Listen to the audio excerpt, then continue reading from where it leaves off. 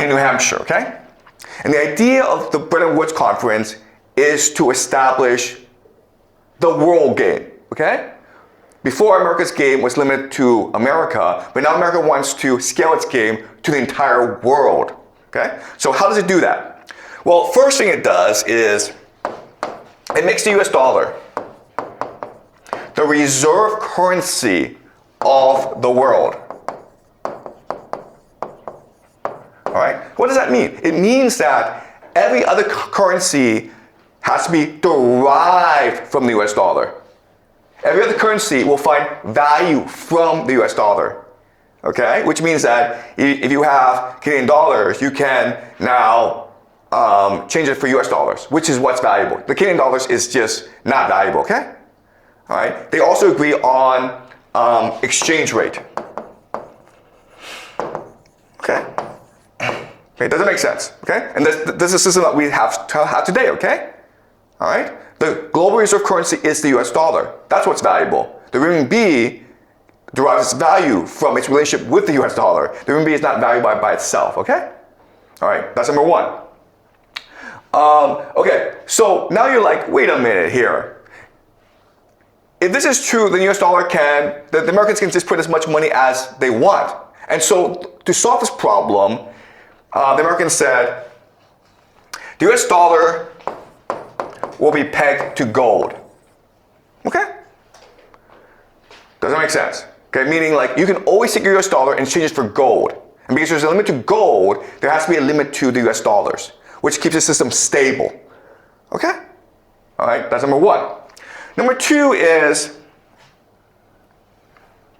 America needs to expand this game, okay? Because it is in competition with the Soviet Union, which is against this game, okay? So it creates two new organizations to spread the game throughout the world. And these two organizations are called the World Bank and the International Monetary Fund, the IMF, okay?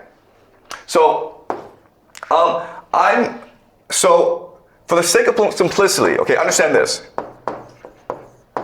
The World Bank, their job is to give you loans.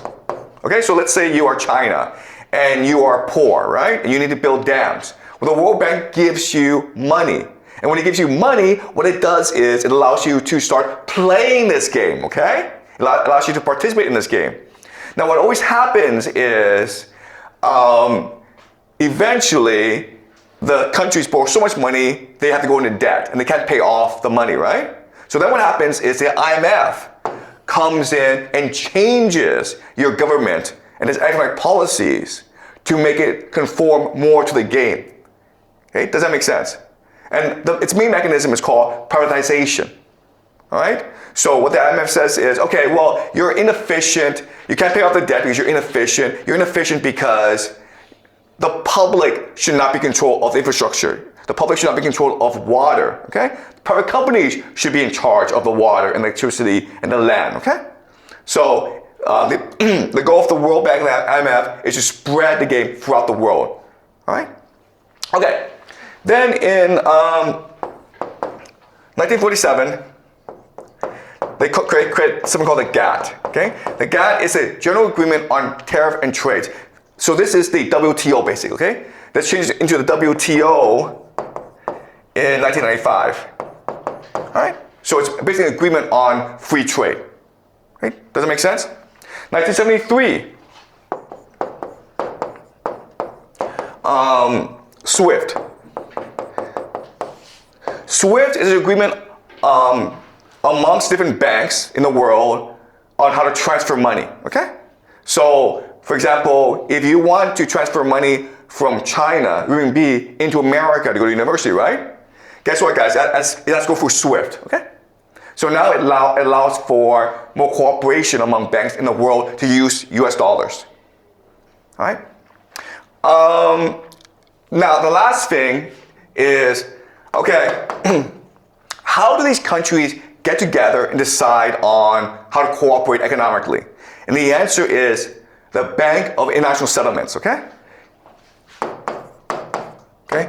And the idea is that the central banks of different countries get together and they agree on certain policies. All right? And this is all done privately, in secret. No one knows about them, okay?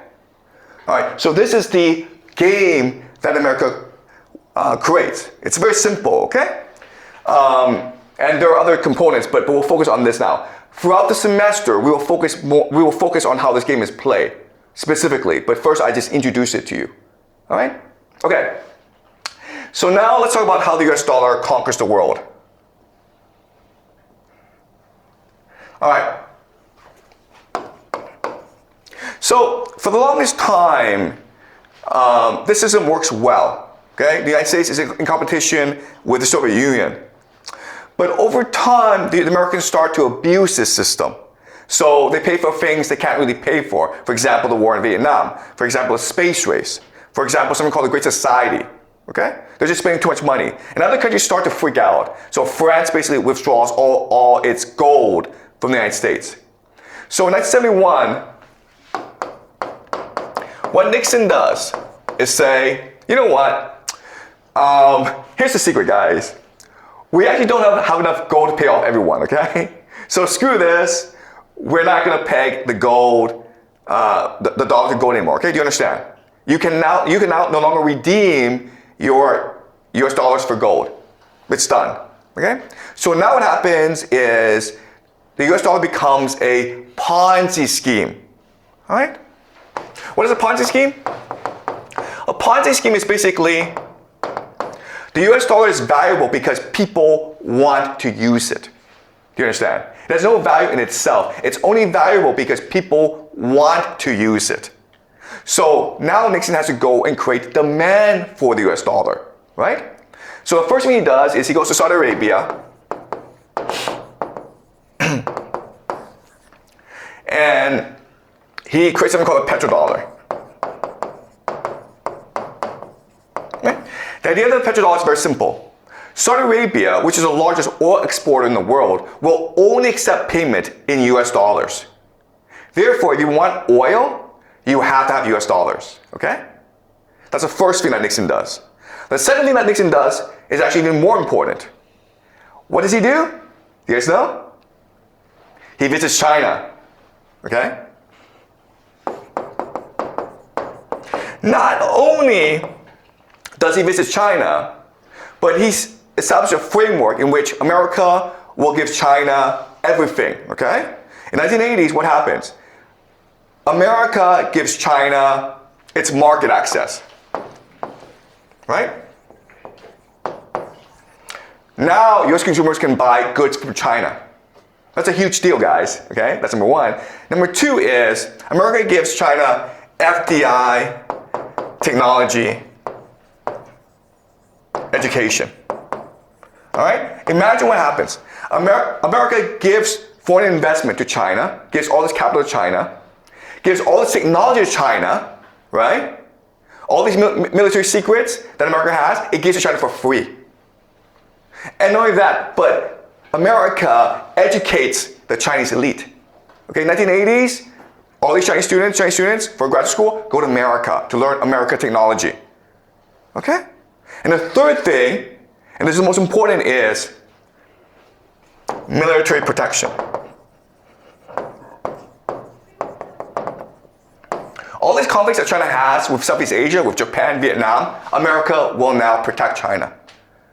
When Chinese ships export goods to Europe, Africa, and the United States, the US Navy will now protect these Chinese ships. Okay, do you understand? And you're like, oh my God, America gave China everything. America made China rich. Why would America do that? And there's one answer, and only one answer. It's to make China use US dollars. Okay? It's that simple. Okay? So now when China trades with the world, it gets US dollars in return. You understand? Okay? And the entire idea is to make the world addicted to US dollars. And now that the world is addicted to US dollars, now that the world depends on US dollars, America can now control the global economy, okay? So in 1991, the Soviet Union collapses. Okay? And now America is the only game in town. There's no one who can challenge the supremacy of the Americans. And so now what happens is America creates something called the New World Order. The New World Order is based on global trade. But because the United States controls the US dollar, it can now control something called pricing. Pricing just means that the Americans can decide the value of everything, okay? So what America does is create a price hierarchy. So at the very bottom are resources. Above that is manufacturing. Then there's knowledge. And then finance. Okay? This is the price hierarchy for the world. All right? And it divides the world into a division of labor. Okay? So, what is resources? Well, guys, it's Russia. Okay? Does that make sense? Russia, Africa, South America. What's manufacturing? China. What's knowledge? Europe. And what is finance? America. Okay, does that make sense? So what's going to happen is that America is going to take its manufacturing and transfer it to China. Okay, because it's cheaper for China to do it than for America to do it. And all America is going to do is finance. Okay, what is finance? Finance is just the creation of money for the purpose of creating more money. Right? Okay, so this is the system in place. And at first, it sounds great because everyone's making money, okay? But there are inherent instability in this system, okay? And we will discuss all this instability throughout the semester. But for the sake of simplicity, let's talk about America. What happens when you focus on finance is that you become a speculative economy. You focus on gambling, okay? Basically gambling. And this leads to something called the 2008 Great Financial Crisis, when the American economy collapsed, okay? And at this time, the entire world economy should have collapsed. And so what happened was, all these central banks from around the world came together in Basel, Switzerland, the Bank of International Settlements, okay? Right? The secretive body in which all economic policies are made. And they decide the only way to save the world is if China spends money. Do you understand? Why do we have all these skyscrapers? Why are there all these airports? Why are all these high-speed railways? Because China, to save the global economy, decided to invest in infrastructure. Okay? And Belt and Road Initiative. And that saved the global economy. Now, after China did this, China developed a lot of debt. Okay? And China basically said to the world, listen, we saved the global economy, so we deserve a seat at the table, right? We deserve to be equals to America. And so we're going to sell our products, our Huawei phones around the world. We're going to compete with America for global dominance. And America said, screw you, okay? And that led, of course, to Donald Trump. 2016, Donald Trump. And the first thing Donald Trump did, of course, was initiate the US-China trade war, right? China wants to be an equal to America. America says, nope, screw you, we're going to destroy you, okay? So America tried to sanction China.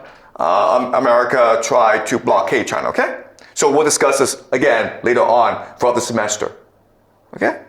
Then what happened, of course, is 2022, Russia invades Ukraine, okay? So what Russia is saying is, you know this price hierarchy? Screw this, okay? Because guess what happens, guys?